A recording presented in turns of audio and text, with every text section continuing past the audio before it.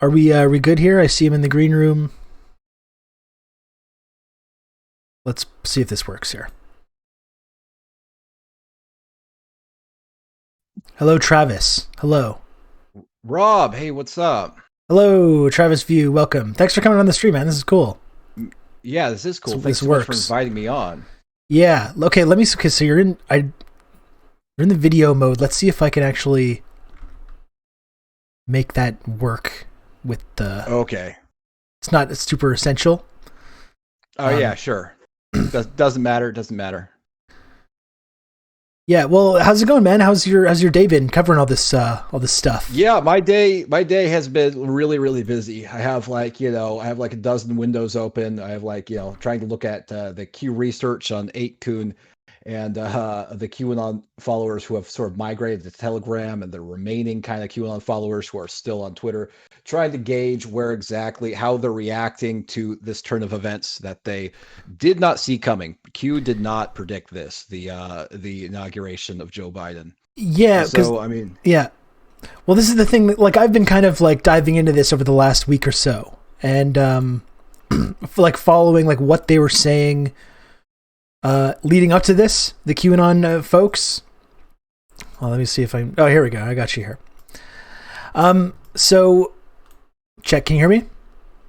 yeah, Okay, excellent. I mean, I can. Yeah. Okay. Okay. So yeah. So this is the interesting thing because, like, obviously this is something you've been following this for years now, but this is a movement that they've really like moved the goalposts a number of times now. Like, this was supposed to be from when Donald Trump was inaugurated initially. This was supposed to be right away, right? He's won. That's when the show trials are going to start. They had the whole thing with Hillary and the ankle bracelets, and this is what they've been saying for years. And the goalposts have just continually shifted. But this is like the time that a lot of these folks had really pushed all their chips into the middle of the table on this inauguration, right? Yeah, yeah, like a lot of them literally said, like, listen, we're either going to find out if like we're going to have the greatest awakening in world history, or if it was an elaborate psyop, the very clever psyop or something like that. And what wound up happening is that yeah, I mean, yeah, but still, some of them still continue to trust the plan. I mean, some big influencers like Joe M hasn't posted it at all, but some people are still there. I mean, the reactions to today's events are kind of divided. There are lots of people who are expressing like shock and anger and disillusionment that they've been misled, but there are people who are still trusting the plan or thinking that at any moment. I heard one theory that said that, okay, wait, they couldn't, because Biden is an illegitimate president. They had to wait until he was sworn in for Yeah. for the military to basically do their military junta thing and basically take over the country. Yeah. And so that's why Biden had to be inaugurated. So they're on the edge of their seat, basically waiting for martial law to grip the United States still. Yeah. Yeah. That was the interesting thing. But this is the kind of thing that I'm wondering about this current moment now, which is that, like, is because, like I said, a number of these people have built very lucrative careers off of like being like QAnon influencers and did push their chips into the middle of the table on this. And I'm wondering, like, is it going to be possible for them to try and shift? I've already seen some people saying, like, oh, it's going to be March. It's actually March. Or, like you were saying, we need him to become the president and give the oath so that way the real crimes now he's implicated in. Like, have you been seeing any chatter on this? Like, are they taking those steps yet? Or, like, are there some people that are like not Yeah, I going any mean, further than this? there are people who are saying, knock it There are off. throngs of We've been people. duped. America is over. They're very doom and gloom. They're very apocalyptic and saying Yeah. like, we're being controlled by China now. Rip USA. And then but there are other people who are saying like, no, wait, there's still a plan, or they kind of have a theory that Trump is like acting as like kind of a shadow president, and Biden is merely a puppet playing a role or something. I mean, honestly, over the past couple of years, I always saw lots of events where I thought, like, okay, this is going to be the thing that gets them to realize that they've been duped. This is going to be the thing that makes Yeah. them realize that this is all bullshit. You'd And think it it would never be happened. this. You're right. You think, I listen, all the way back in 2018, Q predicted that the midterm elections would be a red tsunami. Yeah, That somehow that basically Republicans would just absolutely dominate in the elections and then strengthen their control of Congress. In reality, Democrats took control of the House of Representatives. So that I felt like, okay, this clearly proved that Q has no idea, has no inside info, is in fact misleading people. So that will cause people to fall off. And it only grew from that. And this is what I mean. If you read, psychology about like cognitive dissonance and stuff. When prophecy fails by yeah, yeah. Festinger. We've talked about that a lot over the Uh, last couple of weeks. Yeah, yeah, it's like this is the lesson. That's what that study found. When there are majorly disconfirming events, when someone has invested a lot into a particular worldview, they double down rather than reconsider their entire world. yeah. That's it. I mean, we've been talking about that a lot lately. It did seem like from the rhetoric that a lot of them were really like making it this make or break moment. But I definitely don't think that any of this is going to be going away anytime soon. So you've been covering this for a few years now. Like when you were starting off paying attention to this, like this started around with the Pizzagate stuff, right? That was like at the beginning, like before Trump was even won the election, and it really snowballed from this point. Like when you started Yeah. thinking about QAnon and like making it your business to kind of know what these folks are talking about, and starting the podcast and everything, like were you envisioning a future at that time with like QAnon Congress people, and like has the explosion in popularity surprised you, or did you have this pegged from the beginning? So yeah, I really first got interested in QAnon in the middle of 2018 when I first noticed that Charlie Kirk, this pretty obnoxious prominent pundit, Yeah, started boosting some QAnon statistics. So basically, some bogus information that came straight from QAnon. And that made me concerned because that to me that was too much. Just the fact that someone as prominent as Charlie Kirk was getting into basically QAnon bullshit. And what I thought, honestly, what I thought would happen was that that like it's like other people would recognize how toxic and delusional and awful this is, and the powers that be, the people who control the social media companies, the politicians, business leaders, or whatever, would like or academics would sort of recognize that this is a bad thing and it should not grow any more than already has, and then maybe it would uh, sort of return to just a weird fringe thing by the end of 2018. But instead, what happened was that it just kept growing and growing and growing. So no, the idea that there would be like a QAnon led inspired insurrection in the Capitol building, and we have QAnon members of Congress, and that Trump himself would repeatedly praise the QAnon community, I have to say, I did not think that would happen. I always thought that someone with more influence and power than me would prevent it from getting this bad. But I proved to be kind of naive. yeah. Well, because this is something that you pointed out because you came on my podcast like 2 years ago, 49th Parallel, to talk about this stuff. And that was one thing that you pointed out at the time that I found very interesting, the way this conspiracy theory tied back to conspiracy theories that have been going on in the United States for decades, like all the way back to the Satanic Panic in the 80s, and the way it just folds in all these different conspiracy theories. And now you've seen over the last 2 years, it's kind of jumped from being this exclusive 4chan thing about Trump, and it's encompassed all this other stuff, wellness community and the anti-vax community, and it's like hoovering up all these different disparate conspiracy communities, or like or fringe communities online. It's been helped assisted with these AI algorithms. So that's one of the fucked up things about it, is that it's grown, but it's not only grown in terms of influence, but in terms of the scope of it. And it's just like, it just keeps sucking everything up and turning it into this big one, all encompassing, like pseudo religious cult kind of thing. Yeah, yeah. I mean, it really is like, what we call it, like a big tent conspiracy theory. It's a broad coalition of everyone who believes that, everything is an illusion, and there are grand puppet masters who control every event, even like natural disasters and stuff. So yeah, so whatever like baseless conspiracy theory you're into, you're whether it's like alien disclosure, the belief that the government United States government has basically secret alien technology that they're covering up, or if you believe that JFK Jr. didn't really die in 1999, or if you just believe, in secret cures, the idea that there have been suppressing secret cures. So if you believe that, whatever you're into, you can kind of be welcome into like the QAnon community. It's just sort of like it's like a conspiracy theorist coalition. They may not all agree with everything, but they do agree that like basically the mainstream media always lies all the time about everything, and then Donald Trump is great. Yeah, you're sideways for some reason now. I don't know why that is. Well, don't know. It's the deep state is coming to mess with your feed there. Well, like not only is this thing growing, but it's an international coalition now too. Like Canada, where I live, it's become one of the largest homes for QAnon, and it's like, I know there's like a Japanese QAnon community, and it's like it's amazing how it's like jumped borders, and is moving away from being this Donald Trump thing, and is just being wielded by these weird reactionaries in whatever country against the sort of the globalist takeover, whoever they don't like. That's something that I found stunning too. The amount of the presence that they have here in this country.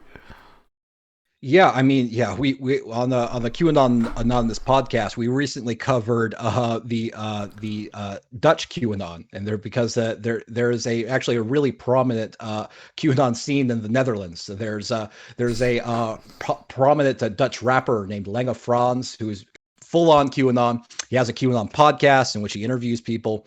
There's actually a documentary by a Dutch woman called Follow the Cabal. And that's become hugely popular in the international QAnon community. So yeah, and there's also QAnon communities in Australia, Japan, South Korea.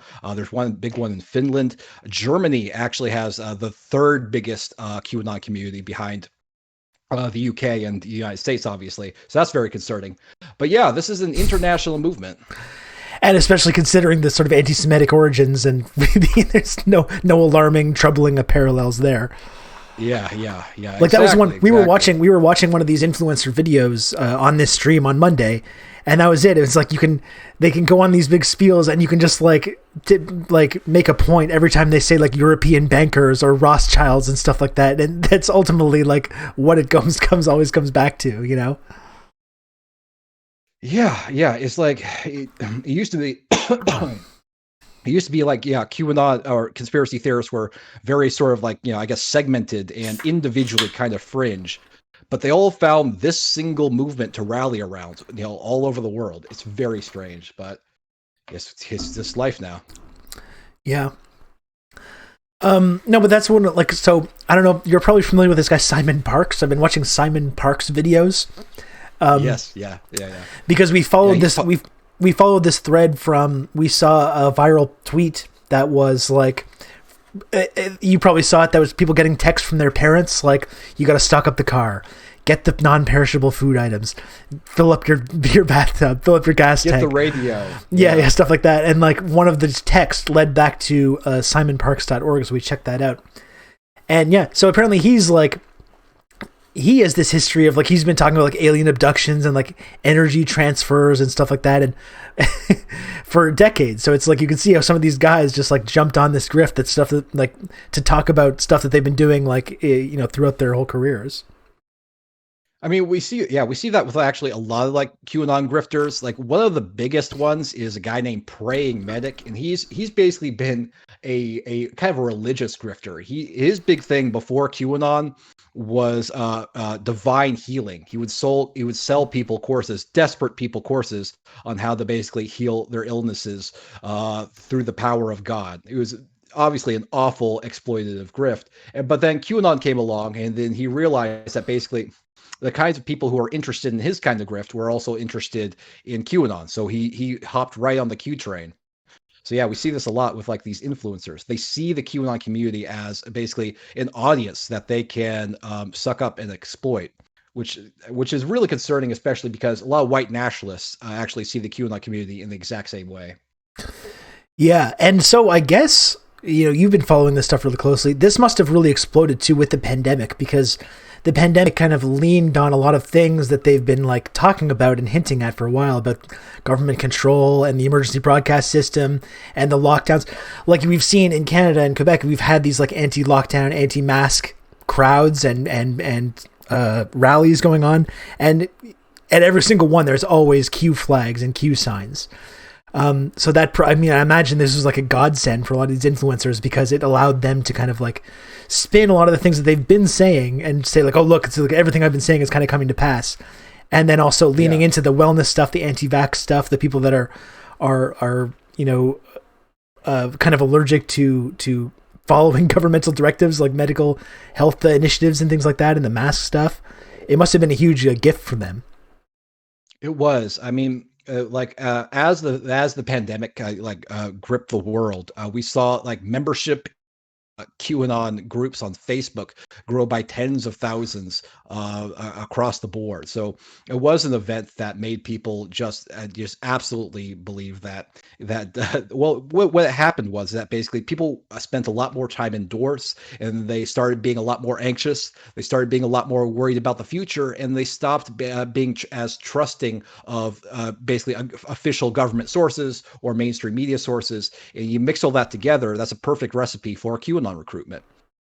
So yeah, I mean, this is despite the fact that, Q never actually predicted anything about the pandemic. In fact, Q didn't comment about the pandemic until long after it had already spread quite widely across the world. But there's this it's really more of a general feeling that, reality isn't what it appears to be, and we're all being lied to. And if you get people just to be highly distrusting and highly anxious, you can sort of convince them that you have sort of the secret knowledge, the esoteric sort of facts that help them understand what's really going on, sort of behind the scenes. Yeah. Goddamn, dude. So this is a movement that's always been it's been based around Donald Trump from day one, right? And it's like, it seems to me, like you pointed out, if there's ever going to be a line in the sand where they say like, well, no, we're not going to believe this anymore. It's when the guy that they said was all powerful, the one that was like doing all the great stuff behind the scenes, when he submits to these globalists and like gives it apparently this fraudulent election, but still allows it to continue like this, you would think that they would move on from that. I think you're probably right to be skeptical about that. But is there anyone else do you think that like is waiting in the wings to kind of pick up this mantle, or is this always going to be a Trump thing? Or do you think now that Trump has been kind of weakened like this, are they going to start to kind of like try and find someone else to take his place as the kind of the figurehead of this thing? Yeah, it was always a extremely Trump-centric movement. I mean, I often think that, QAnon followers think of Trump in the same way that Scientologists think of like L. Ron Hubbard. Even when he sort of retired from public view, and even after he died, he was still revered as someone who somehow had access to the secrets of the universe.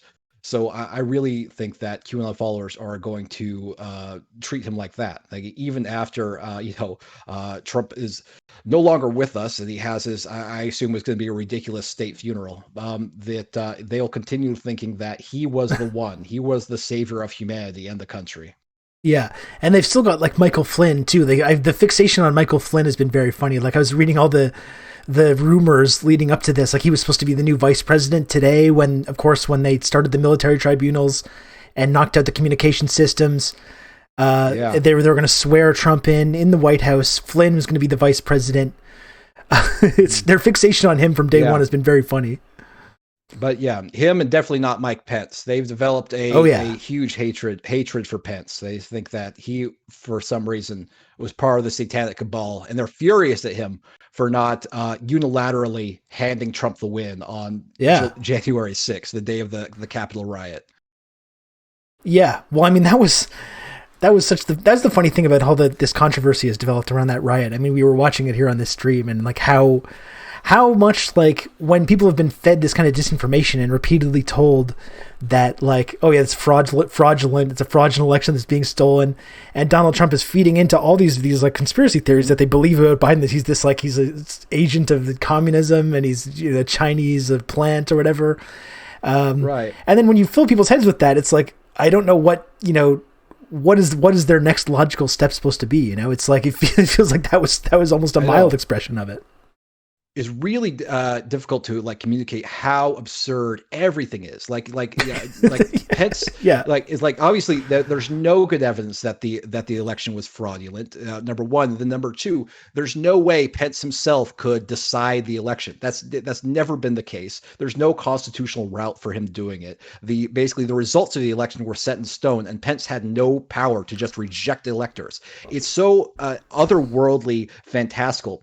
It would be like if Trump got a bunch of people to say that a Congress is going to kill Tinkerbell. You got to come to D.C. because they're going to come to kill Tinkerbell. If you don't go to the Capitol and yell at them, they're going to kill Tinkerbell, and they're rushing into the Capitol screaming, "Where's Tinkerbell? Where's Tinkerbell?" It's literally that absurd because they are being motivated to, do violence and destroy things, and in many cases ruin their lives over a fantasy of a total fantasy. It's very frustrating. Yeah, and so we were also watching Infowars earlier because it's interesting to see Alex Jones try to thread the needle where he's been critical of QAnon, and he of course had that viral clip the other day where he was kind of like, trashing it, and he's kind of trying to thread the needle like, oh, you've all fallen for this fake thing, but that's why you need to come back and get the real fake information from me, and how he's trying to pull those people back into the fold, even though he was one of the ones that was pushing the whole Pizzagate thing in the first place, that helped create that whole storyline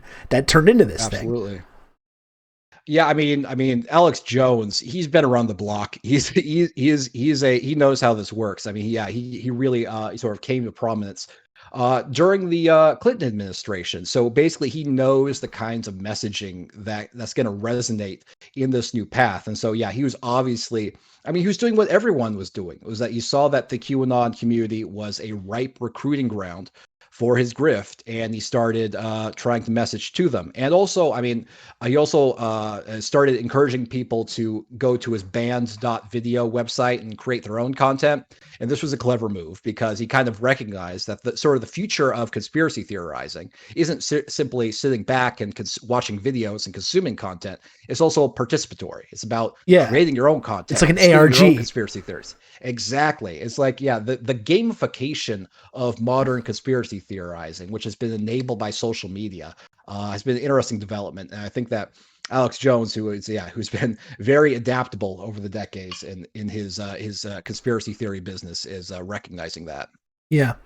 Well, Travis, I don't want to keep you too much longer. Thanks for taking the time to come and chat with us. Like, I think you're right. I think, I was pointing out that a number of people did seem to have like a line in the sand for today as being the day when the plan finally comes together and the storm is upon us, and everything that they've been saying. But I think you're correct to be skeptical about that. As we all know, this is not going to go anywhere. It's just going to shift and mutate and probably continue growing. So I appreciate the work you do covering this stuff. I would like to think that today you could be like Thanos and just like sit down and relax and rest and just kind of not have to think about this stuff anymore. But my suspicion is that you're probably still going to have to be covering this stuff probably years from now when, it's the government is in full control of these people. Yeah, absolutely. This is, I often say, it's like history teaches that far right movements don't cool down during a democratic administration. It's typically the opposite actually happens. Especially if there's not an economic crisis, which it could very well be around the corner as well for the United States. Yeah. So, I mean, we are not, so we are going to enter, I don't know what QAnon is going to look like exactly, partly because a lot of it depends upon what the hell Trump is going to do. I don't know if he's going to harness these people and grift them or whatever. But it is something that's probably going to be with us in some form or another for at least a generation. So I'm going to try and keep track of it as best as I can in that time. Wonderful. Well, thanks again, Travis. It was great to talk to you, man. I appreciate you taking the time to come on and chat with us here. It's been fun. Have a good one, Rob. All right. You too, man. Take care. Okay. That was fun. That was fun, right? Why am I not able to hang up here? Okay. I got it. I figured it out. We got it, folks. Yeah, this shit is not going to go away, everybody. This shit is not going away.